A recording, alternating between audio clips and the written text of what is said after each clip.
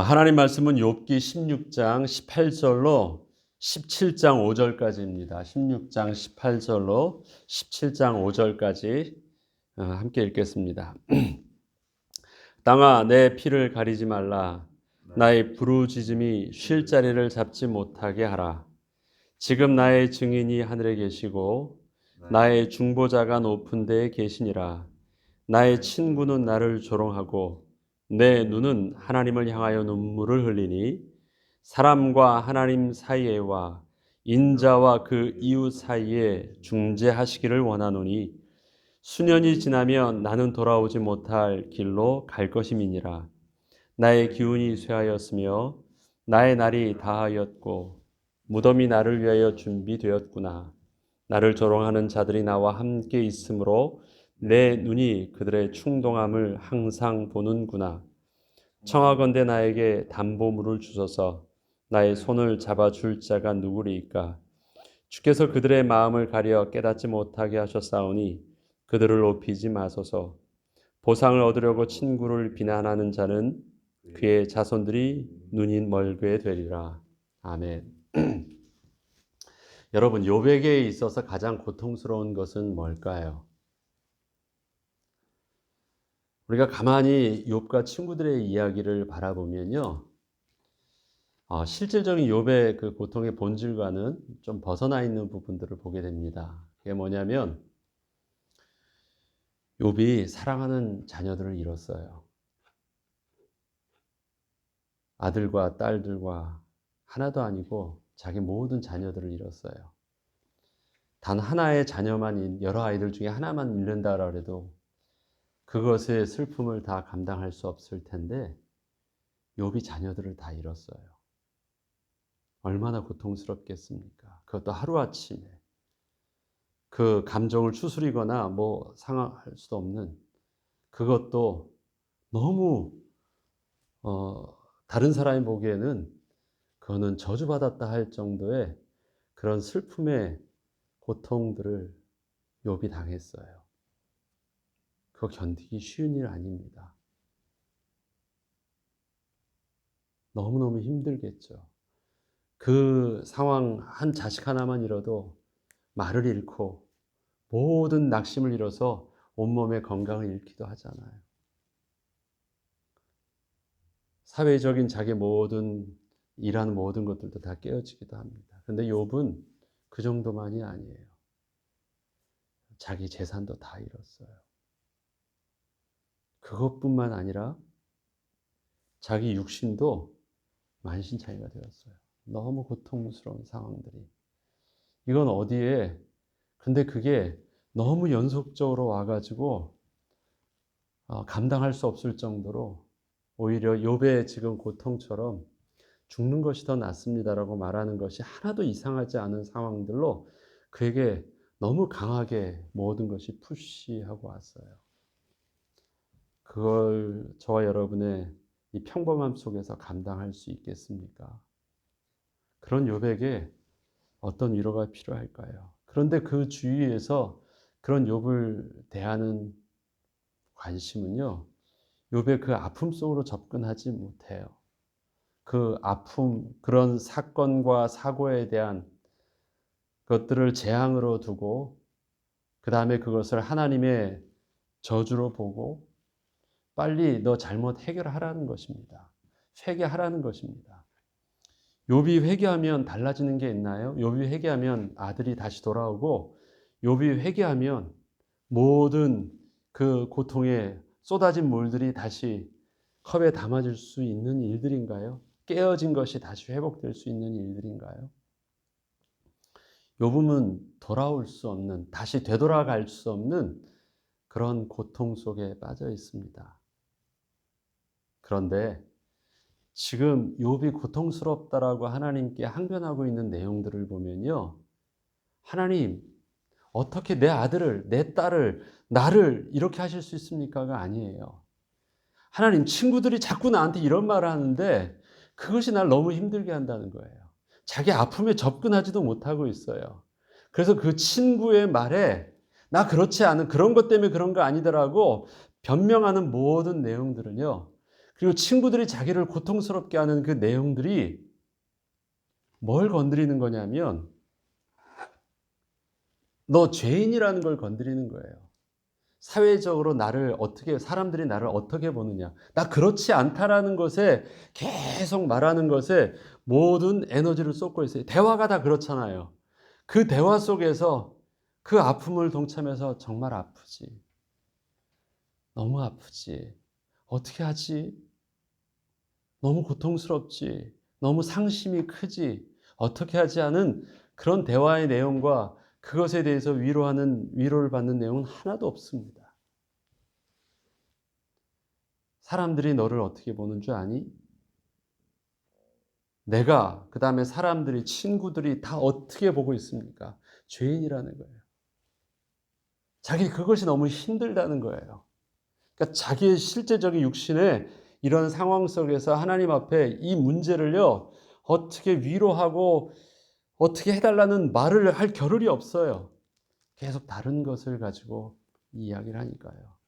근데 하나님께서는요, 욥을 사람들에게 부끄럽게 하려고, 사람들에게 정죄받게 하려고 그런 아픔들을 허용하셨을까요? 하나님께서 우리의 삶 속에 주시는 그 삶의 무기력함 속에 당할 수밖에 없는 질병과 여러 가지 사건 속에서 이 고통들 속에서 그 모습을 통해서 하나님이 우리에게 원하시는 것은 뭘까요? 욥에게서 원하시는 것은 뭘까요? 다른 사람들이 나를 어떻게 보는 것이 고통스러운 것일까요? 나는 그렇지 않은데, 나는 하나님 앞에 의로웠는데 사람들은 나를 자꾸 죄인이라고 말을 하는 것. 나는 하나님 앞에서 거짓이 없는데 넌 숨겨진 죄가 분명히 있을 거라고 말하는 그 정죄함 때문에, 사람들 앞에서 나는 존귀한 자였는데 이런 사건과 이런 모습을 통해서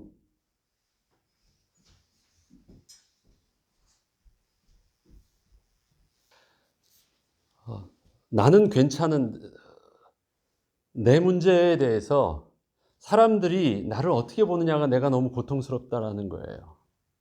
사람들이 이런 사건을 통해서 내가 하나님 앞에 온전했던 부분들이 사람들은 나를 그렇게 보지 못하니까 사회적인 나의 인격과 지위가 너무 무시되어지는 것 같아요.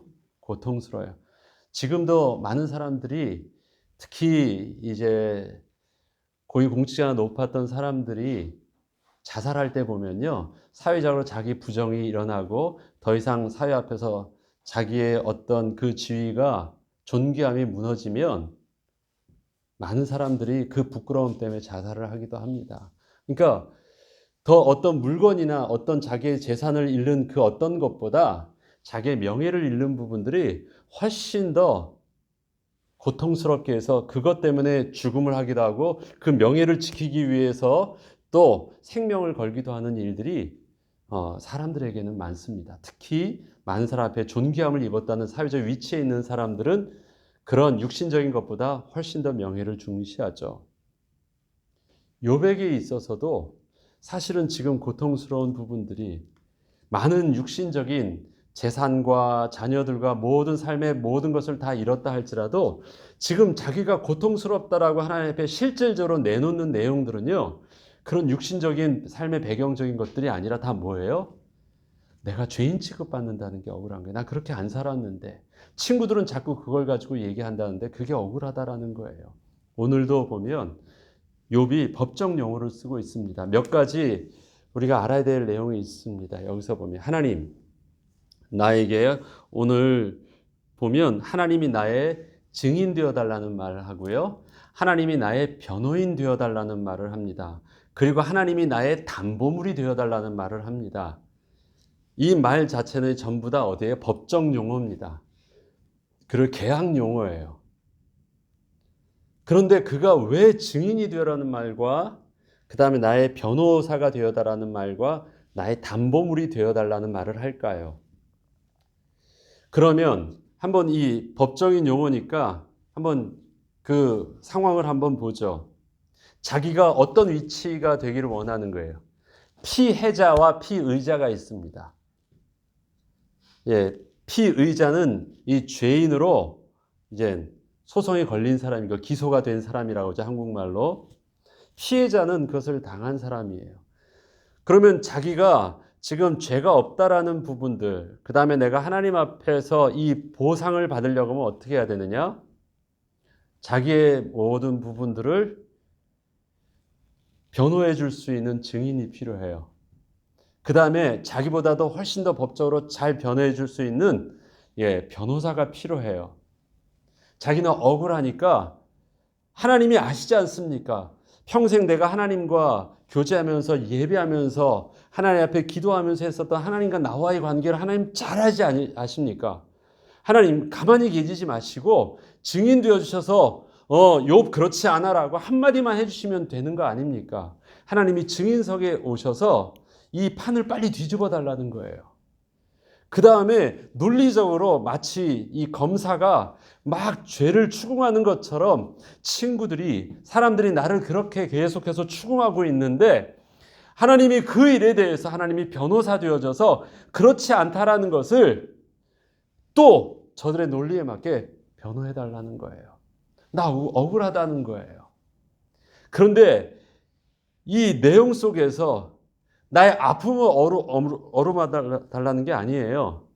나의 실추된 명예를 다시 회복해 달라는 말이잖아요.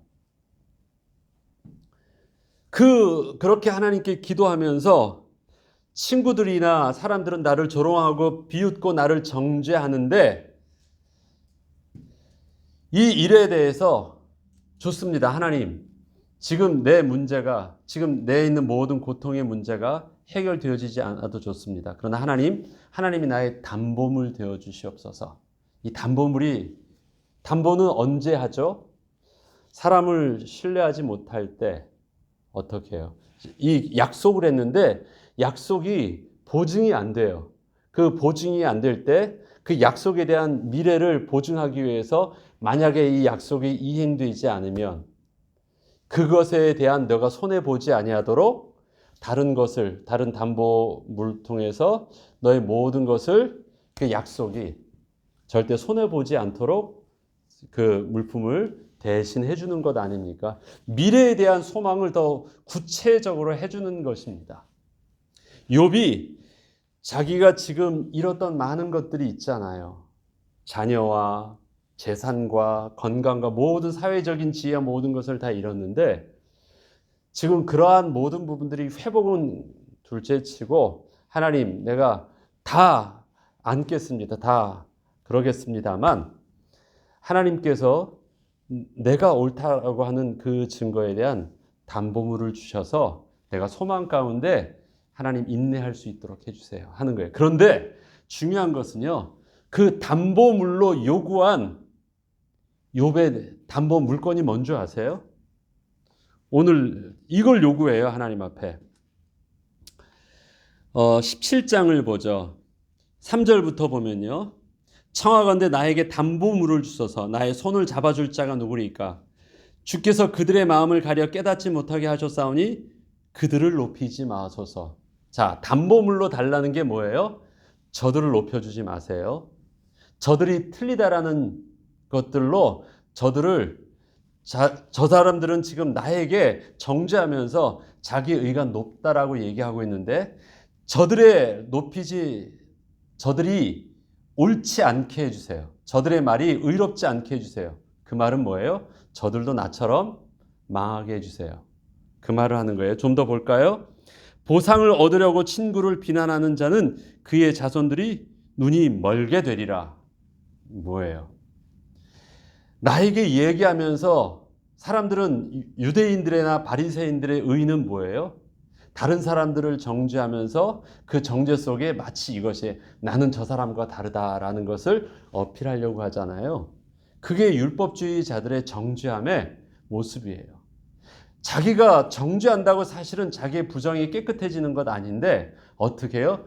그 정죄함을 통해서 그 부정함을 감추려고 해요. 그래서 마치 자기가 의로운 것처럼 보상받으려고 해요. 욥은 친구들도 그렇다라는 것이에요. 그래서 자기한테 정죄하고 막 그렇게 충동하는 자기의 모습을 통해서 자기에게 하는 저들의 모습을 통해서 하나님 저들이 의롭지 않으니까 그 의롭지 않은 증거들을 통해서 어떻게 해요? 나처럼 저들도 똑같은 죄 정죄함을 받게 하세요. 뭐 어느 정도로요? 여기에 보면 친구들을 비난하는 자는 그의 자손들이 눈이 멀게 되리라. 지금 욥은 어떻게 됐어요? 그의 자손이 욥의 자손이 어떻게 됐습니까? 다 죽었잖아요. 자기와 자손과 다르지 못한 그 너는 안 그런가 보다. 하나님, 내 친구들에게 나에게 지금 틀리다고 정죄하는 자들에게 어떻게 해요? 저들의 손을 들어주지 않고 저들도 틀리다라는 것을 하나님 증거로 보여주세요. 그러면 내가 위로를 받겠대요. 그러면 내가 지금 좀 속 상한 마음이 위로를 받겠대요. 이게 말이 됩니까 지금? 담보물을 달라고 하는 그것. 그러면 내가 그 마음을 가지고 참겠대요. 견딜 수 있을 것 같대요. 옳지 않다라는 증거를 보여주세요. 그럼 같이 망하자는 거예요. 니는 안 그래? 너 옳지 않다라는 증거를 보여달라 그래요. 하나님께서 지금 욥에게 한 것은요. 욥이나 친구들이나 어떤 눈을 가지고 있느냐면 욥에게 일어나는 재앙처럼 보이는 그런 사건들을 통해서 사람들 앞에서 비춰지는 자기의 모습이 어떠냐. 의롭지 않아 정죄를 받고 거짓이 있고 하나님 앞에 회개하라고 하는 사회적인 지위와 자기의 모든 명예가 실추되어져요. 그것이 너무너무 고통스럽대요. 친구들은 너 그거 빨리 해결하지 않으면 그나마 남아있는 너 모든 것 다 무너지니까 이런 것을 다시 회복할 수는 없어도 그나마 지킬 수 있는 것이야. 빨리 회개해. 다 어디에 있습니까? 사회적으로 사람들 앞에서의 자기의 위치에 있어요. 그런데 하나님께서 요구하시는 우리에게 삶의 연약함을 통해서 하나님이 원하시는 것은 뭘까요? 사람들이 앞에 비춰지는 내 모습이 아닙니다. 사람들 앞에서 부끄러움 당한 내 모습이 아니에요. 철저히 하나님 앞에서 무기력한 자기의 모습을 보라는 것입니다. 그럴 때 어떻게 할 수 있어요? 나는 아무것도 할 수 없습니다. 하나님이 도와주셔야 돼요. 그런데 욥이나 친구들이나 다 어디에 관심이 있냐면 사람들이 나를 보고 나를 판단하고 나를 정죄하는 그 모습이 자기를 고통스럽게 해요. 이것은 우리에게 아무런 답이 되지 않습니다. 하나님이 사람들 앞에서 우리를 부끄럽게 하려고 우리에게 주시는 이 연약함들이 아니에요.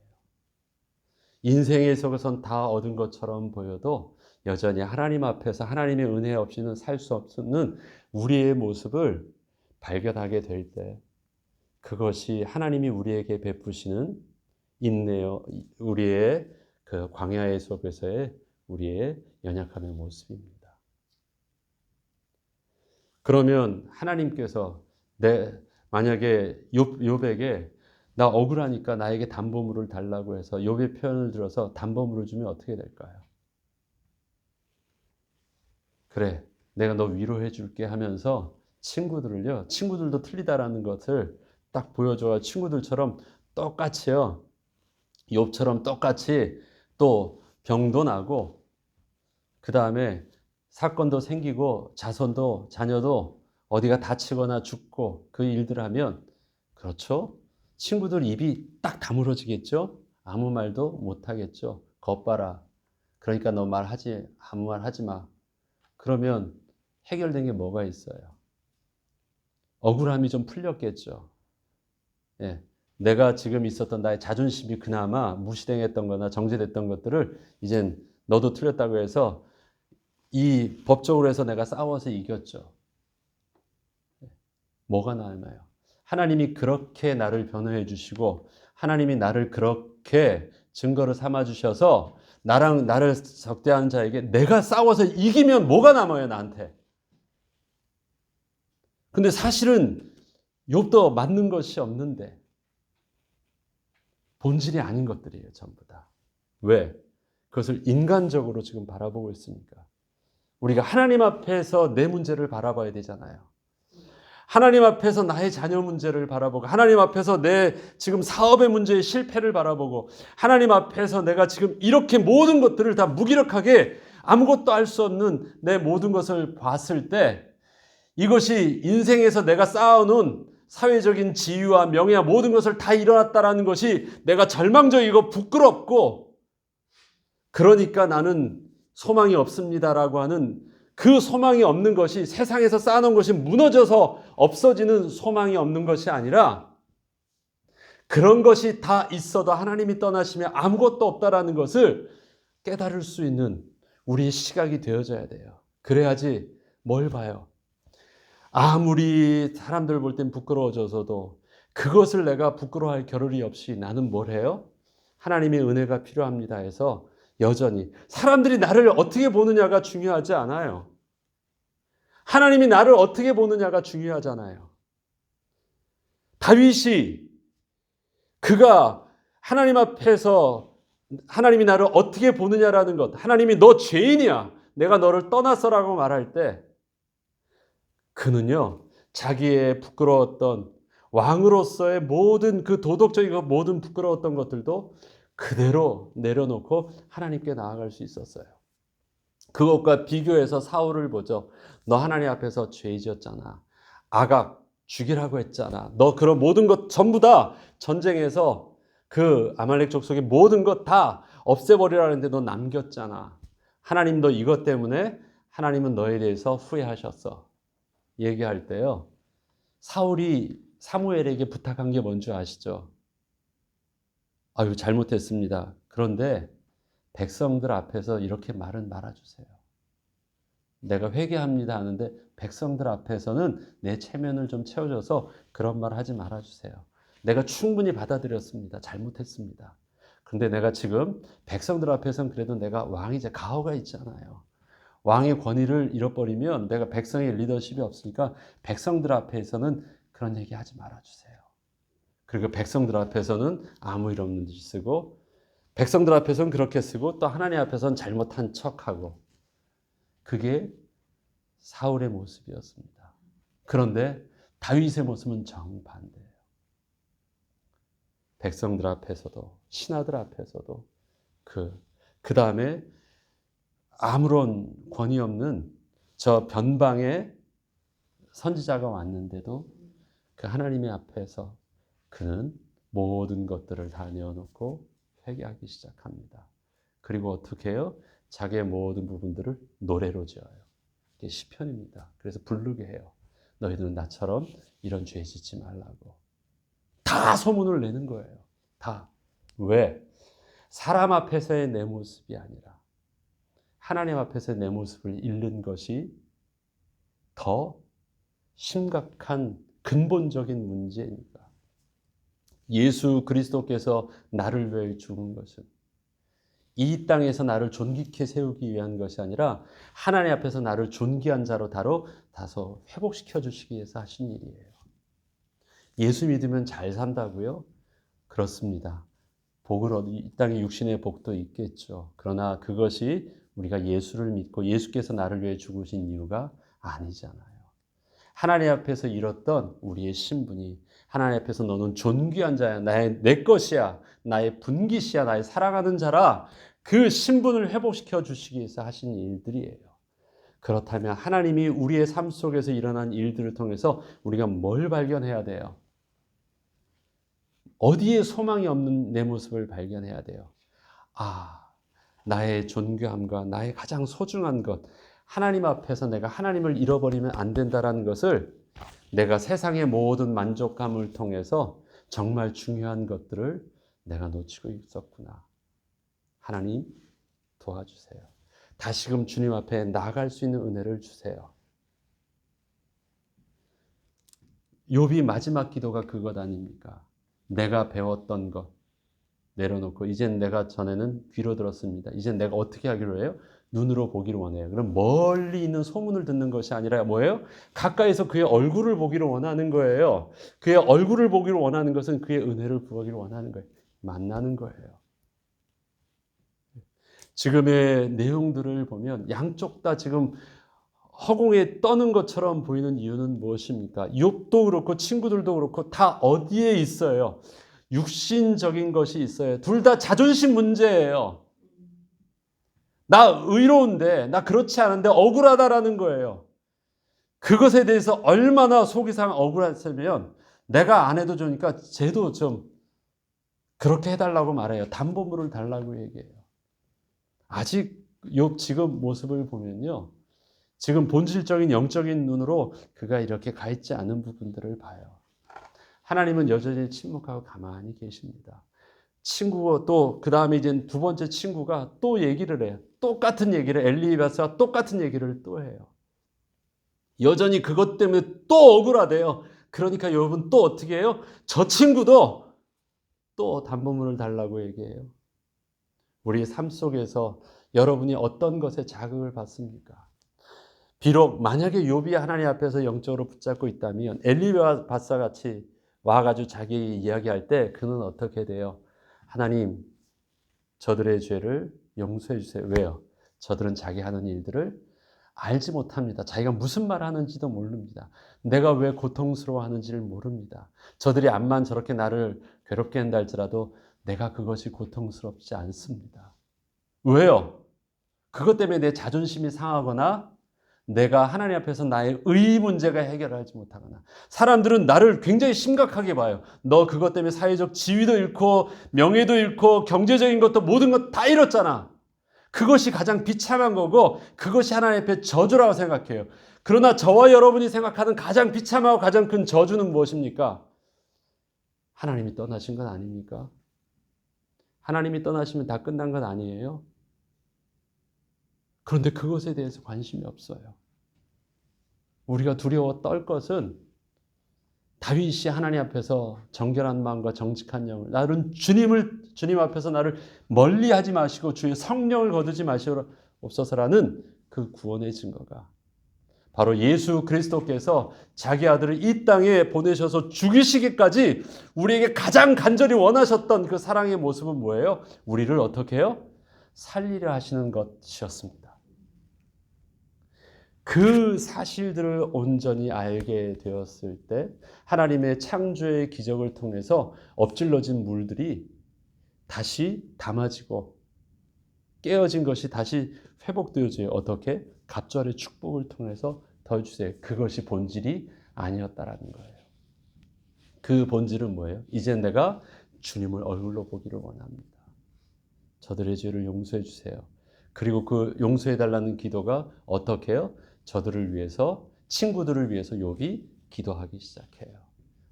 하나님이 그렇게 욥에게 요구하세요. 그게 마지막 42장에 나오는 회복이에요. 그 일 후에 욥이 친구들을 위해서 기도한 후에 그 다음에 나오는 내용이 뭡니까? 하나님이 욥에게 갑절의 축복을 다하셨더라가 그 다음에 나와요. 바로 우리의 관심도 그것입니다. 자꾸 지금 요 내용에만 이렇게 보니까 우리가 정말 봐야 될 본질을 놓치고 있는데 이것이 아니에요. 우리의 아픔을 통해서 우리는 저와 여러분에게도 각 개개인에게 있어지는 아픔들이 삶의 지금 부분 속에서 있잖아요. 욥만큼의 수준이 아니더라도 우리의 수준만큼 그것은요. 욥이 당하는 아픔의 정도는 똑같이 우리들도 아파하고 있어요. 그런데 거기서 뭘 봐야 됩니까?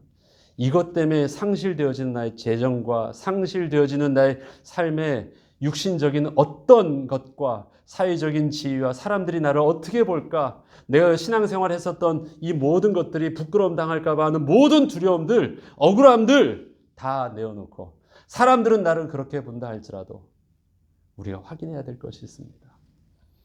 하나님이 나의 증인 되어 주시지 않아요?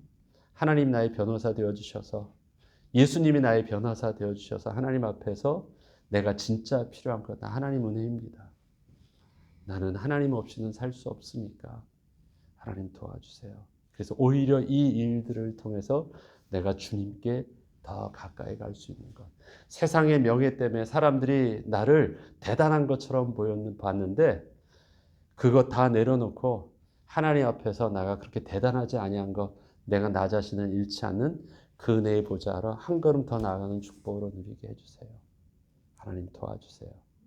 성령 하나님 함께 하셔서 은혜 가운데 인내하게 해주시고 이 일들을 통해서 하나님이 나에게 도와주셔서 성령 하나님이 나의 담보물 되어주세요. 저들이 망하는 것이 나의 담보물이 아니라 성령 하나님이 나와 함께하여 주시는 하나님의 말씀이 나로 소망 가운데 능히 이겨나갈 수 있는 담보물이 되어주세요.